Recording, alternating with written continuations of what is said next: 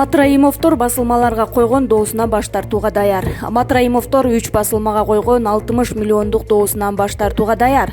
Алар маселени тынч жол менен чечип алуу үчүн судьядан убакыт сурады. Свердлов райондук сотунан ЖБГ билдиришкендей, доогерлердин бул өтүнүчүнө медиа өкүлдөрү каршы болгон жок. Ошентип судья эки тараптын пикирлерин эске алуу менен Матраимовдордун өтүнүчүн канааттандырды.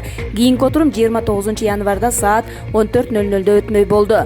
Бажыдагы коррупция, Кыргызстандан чыгарылган миллиондор. Бул схемадагы Райымбек Матраимовдун ролу тууралуу Азаттык өнөктөштөрү менен бирге журналисттик иликтөө жарыялаган. Матраимовдордун үй бүлөсү Азаттык медиасын, кабарчысы Али Токтакуновду, Клуб Кейжи жана 24 Кейжи сайттарын декабрь айында сотко берип, жалпысынан 60 миллион сомду коюшту.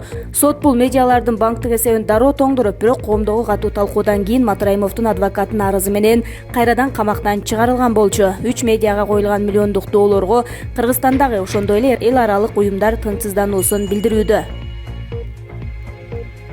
Курсан Асановго дагы бир айып коюлууда. Мурдагы ички иштер министри Курсан Асановдун ишине дагы бир эпизод кошулду. Бул тууралуу укук коргоо органдарына таянып 24 КЖ маалымдады. Аскер прокуратурасы Асановго кызмат абалынан кыянат пайдаланганы тууралуу билдирме берди. Алдын ала маалымат боюнча, Курсан Асанов вице-премьер Жеңиш Разаковдун тажик атайын кызматтарына тиешеси бар деген маалыматтар боюнча жазган түшүнүк катын журналисттерге берип салган.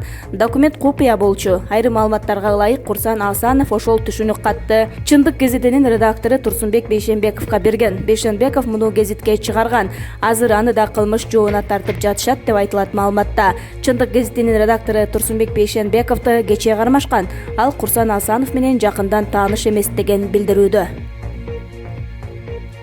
ЭАП өлкөлөрүнүн декларациясыз $100,000 чейин чыгарууга уруксат берилди. 2020 жылдын 4 февралынан тарта Евразия экономикалык биримдигине мүчө өлкөлөрдүн жарандары декларация толтурбастан сыртка $100,000 чейин чыгарып кете алышат.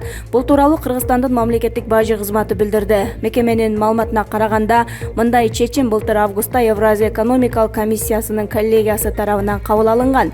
Учурдагы эрежелерге ылайык ЭАП аймагынын сыртына декларация толтурбастан $10,000 ашпаган акча чыгарууга болот. Андан ашык сумма үчүн акчанын булагы жана анын кандай максатта чыгарылып жаткандыгын көрсөтүү зарыл.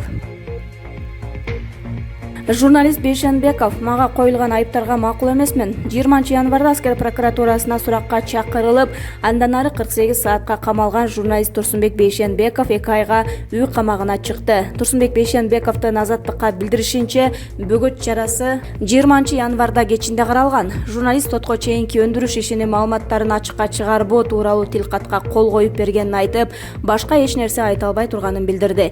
2 айга үй камагына алындым. Баары мыйзам чегинде болду. Мыйзам иште сакталам. Мага тагылган айыптарга макул эмесмин. Чындык Кейжи сайтынын редактору журналист Турсунбек Бейшенбеков Аскер прокуратурасына 16 январдан 1,5 саат сурак берип чыккан. Журналист 20 январда Аскер прокуратурасына экинчи ирет сурак бергене чакырылып, андан ары 48 саатка убактылуу камоочу жайга киргизилген. Анын сөзү боюнча, бул журналисттик ишине байланыштуу болуп жатат. Айрым маалымат каражаттары Бейшенбеков ИИМдин мурдагы орун басары Курсан Асановдун иши боюнча суралып жатканын жазып чыгышты. Аскер прокуратурасы журналисттин акыркы сурактары боюнча маалымат бере элек. Мирзиёев: биз ЭАПке кирбейбиз. Өзбекстан Евразиялык экономикалык биримдигине кирбейт. Бул тууралуу өлкө башчысы Шавкат Мирзиёев кечээ 20 январда Өзбекстандын Олий Мажлисинде жаңы өкмөттүн биринчи отурумунда билдирди. Иш чаранын жүрүшүндө президент Шавкат Мирзиёев Өзбекстандын Евразиялык экономикалык биримдигине кирүү боюнча өзүнүн пикирин айтып өттү. Биздин көптөгөн жарандарыбыз чет өлкөдө иштеп келет. Маселен, Казакстан, Орусия сыяктуу. Биз буга көңүл кош карай албайбыз. Бир нерсени эскертүү алгыла. Эч ким эч качан эч кимге эгемендүүлүк алып бербейт. Көз карандысыздык эл ишенип жаткан өлкө башчынын колунда. Биз бул биримдикке мүчө болбойбуз, деди Мирзиёев. Өлкө башчысы Өзбекстанда АКШ бөлгөн $2 миллиард жер жемиштерди жана мөмө жемиштерди өндүрүү процесси башталганын билдирди. Биз даяр продукцияны каякка жөнөтөбүз? Бизди ким күтүп турат? Туура Европада кымбатыраак, ошентсе да бир стандартка салышыбыз керек, деди Шавкат Мирзиёев. Байкоочу бул мүчө дегендик эместигин белгиледи. Биз байкоочу катары союздун кандай плюс-минустары бар экендигин карайбыз. Биз Владимир Владимирович менен Санкт-Петербургда көп нерсеге макулдаштык. Кам санабаңыздар, биз кандай кадамга барбайлы, дайыма элдин кызыкчылыгын эске алабыз, деп сөзүн жыйынтыктады президент. Нурсултан Назарбаевдин кызы Женевадан 45 миллион долларга жер тилкесин алды. Швейцариялык Ла Трибайен ди Женева гезити Казакстандын мурдагы президенти Нурсултан Назарбаевдин кызы Динара Кулебаева күйөөсүнүн фамилиясын алган Женевадан 1,5 гектар жерди 45 миллион долларга сатып алганын жазды. 6 балалуу аял 14 жылдан бери батирге кезегин күтүп, башка аймактарда энелер нааразычылык акцияларына чыгып жаткан маалда элбасынын кызы акылга сыйгыс акчага жер сатып алууда деп телеграм-каналдардын биринде нааразы болушту. Өткөн жылы август айында Динара Кулебаева Женеванын жакка белинен 17-кылымга таандык хан сарайды 63 миллион долларга сатып алганы белгилүү болгон. 2009 жылы болсо ал 75 миллион долларга 8000 чарчы метр вилланы алган. Динара Кулебаева дүйнөдөгү эң бай адамдардын бири катары Forbes тизмесине кирген. 2019 жылга карата элбасынын кызы менен күйөө баласынын жалпы байлыгы 6 миллиард доллардан ашкан. Өрт аз келгенсип Австралияны кумдуу бороон каптап сел жүрүүдө. Дээрлик жарым жылдан бери Австралиядагы ири өрт токтой элек. Соңку жумада өлкөдө кошумча дагы 2 табигый кырсык катталды. Кумдуу бороон жана катуу мөндүр жаап, аймакты сел каптаган. Кумдуу бороон өрттүн кесепетин тартып жаткан жаңы түштүк Уэльс штатын чулгады. Күбөлөр куюн калктуу конушту каптап, турак жайларды жана жолду жаап калганын видеого тартып алышкан. Жаракат алгандар боюнча маалымат жок. ЖМКлардын билдиришинче, мектептен имараты талкаланган. Ага улай эле Виктория штатында көлөмү тооктун жумурткасындай болгон чоң мөндүр жаап, бир нече имаратты зыянга учуратты. Эске салсак, жаңы түштүк Уэльс штатында 2019 жылдын сентябрь айында тутанган өрттөн 8,5 миллион гектар жер күйүп, миңдеген турак жай өрттөнүп кеткен. Кырсыктан 26 адам каза болуп, миллиарддан ашык жан-жаныбар өлгөн. Мамытов учурда түрмөдө күнөөсүз адамдар отурган фактылар бар. Акыйкатчы Токон Мамытов жаш балдарга зордук зомбулук көрсөткөндөрдү жазалоо боюнча эл аралык тажрыйбаларды изилдеп көрүү зарылдыгын белгиледи. Түрмөдө күнөөсүз адамдар отурган фактылар бар. Бул боюнча мага жакындары, укук коргоочулар, ал эле эмес абак кызматкерлеринен да кайрылуулар түшөт. Бул тууралуу Токон Мамытов Спутник Кыргызстандын радиосунун таңкы эфиринде маек куруп жатып билдирди. Анын айтымында өлүм жазасын кабыл алыш үчүн сот укук коргоо системасын жакшыртуу зарыл. Өлүм жазасын кабыл алаардан мурда сот жана укук коргоо системасынын ишинин сапатын жогорулатуу керек. Бүгүнкү күндө Акыйкатчы институтуна өмүр бою эркинен ажырагандардан, алардын жакындарынан, адвокаттарынан жада калса, абак кызматкерлеринен кайрылуулар келип жатат. Аларды текшере келсек, айрымдарынын күнөөсүз түрмөдө отурганы боюнча бир нече факт аныкталды. Андыктан өлүм жазасын киргизүүдөн мурда аталган тармактарды ачык, жеткиликтүү, калыс иштөөгө алып барышыбыз керек. Андан соң гана бардык тарабынан дыкат иликтөөгө алып, кандай учурда кимдерге өлүм жазасын киргизүүгө болорун талкууласак болот, деди Мамытов. Ошондой эле акыйкатчы коомчулукта ар кандай кылмыштардын алдын алуу үчүн профилактикалык иштерге басым жасоо зарылдыгын кошумчалады.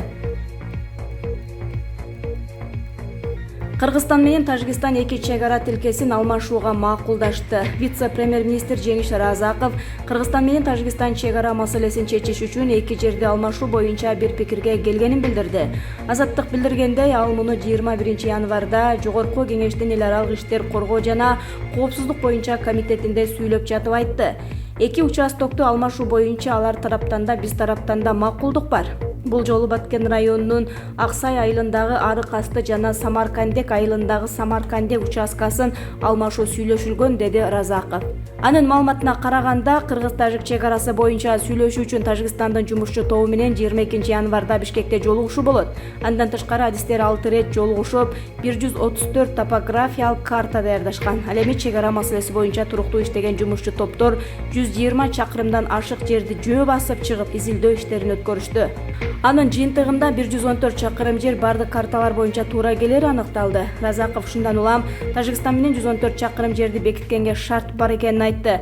Анын айтымында болгон укуктук негизде пикир келишпестиктер бар. Кыргыз-Тажик өкмөттөрүнүн чек ара маселеси боюнча Бишкекте болчу сүйлөшүүсүндө ушул маселени чечүүнүн жолдору да каралат. Анарбаев Саймайыты менен Абдыраз ишканасы чет өлкөлөргө акча чыгарганы боюнча милицияга билдиргенбиз. Финансылык чалгын кызматынын төрагасы Гуламжан Анарбаев Айеркен Саймайыты жана Абдыраз ишканасы тарабынан чет өлкөлөргө чоң суммада акча которулуп жатканы боюнча Ички иштер министрлигине 2014-жылдын 30-июнь күнү эле маалымат берилгенин айтты. Бирок ушул күнгө чейин жооп келген эмес. Ал бул тууралуу 21-январда Саймайытыга байланыштуу маалыматтарды иликтеш үчүн түзүлгөн депутаттык комиссиянын жыйынында билдирди. Анын сөзүнө караганда 2016-жылдын 12-августунда Саймайыты жана Абдыраз чет жакка которгон акча боюнча материалдарды толуктап текшериш үчүн экономикалык кылмыштуулукка каршы күрөш боюнча мамлекеттик кызматка берилген. Бирок ушул эле жылдын 16-ноябрында Финпол иш козгоодон баш тарткан. Кийин жалпыга маалымдоо каражаттарында чуу болуп, 2019-жылы азаттыкка иликтөөлөр чыккандан кийин премьер-министрден жана Финполдон бизге ушул маалыматтарды кайра иликтөө боюнча кат келди. Биз 2019-жылдын 26-июнунда кайра ошол материалдарды Финполго бердик. Ошонун негизинде Айеркен Саймайыты 2 миллиард 602 миң сом, ал эми Абдыраз ишканасы 3 миллиард 810 миллион кошумча салык төлөөсүн деген чечим чыккан. Бул кылмыш иши УКМКга өткөндөн кийин материалдарды кайра жаңылап өткөрүп бердик, деди Анарбаев. Жогорку кеңеш уйгур улутундагы Кытай ишкери Айеркен Саймайытынын өлүмүнө байланыштуу 2019-жылдын 21-ноябрында убактылуу депутаттык комиссия түзгөн. Ага парламенттеги 6 фракциядан 12 депутат мүчө болуп кирген. Аманкулов Биримдик партиясынын тизмеси түзүлө элек. Жогорку кеңештин КСДП фракциясынын депутаты Марат Аманкулов Биримдик саясий партиясынын төрагасы экенин, партия алдыдагы парламенттик шайлоого катышуу ниети бар экенин билдирди. Бирок азырынча тизмеси түзүлө элек экенин белгилеп, социалдык тармактардагы маалыматтарды төгүндөдү. Жок, тизме түзүлгөнү тууралуу айтылган маалыматтар туура эмес. Азыр талкуулайт элекпиз. Биримдик партиясынын негиздөөчүлөрүнүн бири Жогорку кеңештин депутаты Айнура Алтыбаеванын айтымында партия 2000-жылдары түзүлгөн. 2010-жылы бул партиянын мүчөлөрү Феликс Кулов жетектеген Ар намыс партиясына кошулуп парламенттик шайлоого барган.